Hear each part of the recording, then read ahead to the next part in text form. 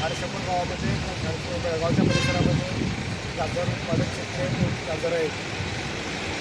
आज इथं FMC मार्केटमध्ये या व्यापाऱ्याने खूप मोठं संकट उभं केलेलं आहे की स्थानिक शेतकऱ्यांचं गाजर असताना राज्यातील गाजर आणून आमच्यावर एक मोठं संकट उभं केलेलं आहे.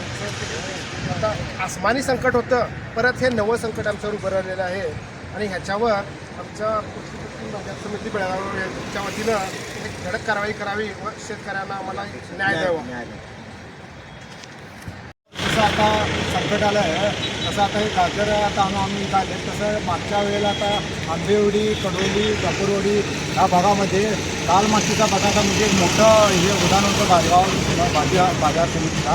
आणि आता आग्रा, इंदूर इकडचा बटाटा आणून जसं विकून येते इथल्या स्थानिक शेतकऱ्यांचे हाल केले, तसं आता आमच्या झाडशेपूर शेतकऱ्यांना पण यायची वेळ आलेली आहे. आणि तरी त्या FMC मार्केटच्या कमिटीनं यांच्यावरती कारवाई करावी अशी आमची विनंती आहे. नमस्कार. आम्ही झाडशेपूर गावातील आज शेतकरी बेळगाव कृषी उत्पन्न बाजार समितीला एक निवेदन देण्यासाठी आलेलं होतो. तर आमच्या गावामध्ये बेळगाव परिसरात आणि आमच्या गावामध्ये सुद्धा जास्तीत जास्त गाजर पिकवतात. तर आज FMCमध्ये आल्यानंतर आम्हाला असं जाणवायला लागलं की आमच्या शेतकऱ्यांची अवस्था बिकट झालेली आहे एक 2-4 व्यापाऱ्यामुळे.